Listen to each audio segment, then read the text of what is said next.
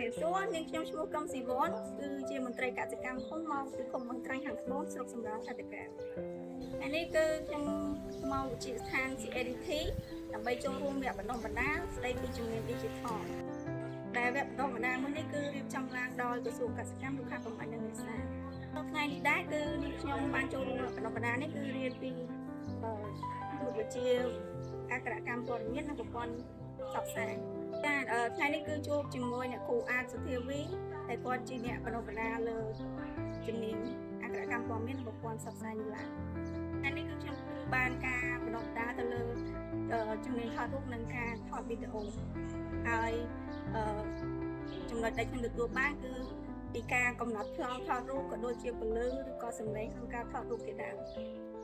ចាជាចុងក្រោយគឺខ្ញុំសូមអរគុណដល់ក្រសួងកសិកម្មរុក្ខាប្រមាញ់និងនេសាទដែលបានកើតកម្មវិធីបណ្ដុះបណ្ដាលទៅដល់មន្ត្រីកសិកម្មឃុំទូទាំងប្រទេសទាំងអស់ដើម្បីទទួលបានចំណេះឬក៏ជំនាញថ្មីហើយយកទៅអនុវត្តនៅក្នុងឃុំរបស់ខ្លួនផ្ទាល់ទាំងការថតរូបថតវីដេអូឬក៏ការផ្សព្វផ្សាយទៅលើបច្ចេកទេសជាដើមចាសូមអរគុណ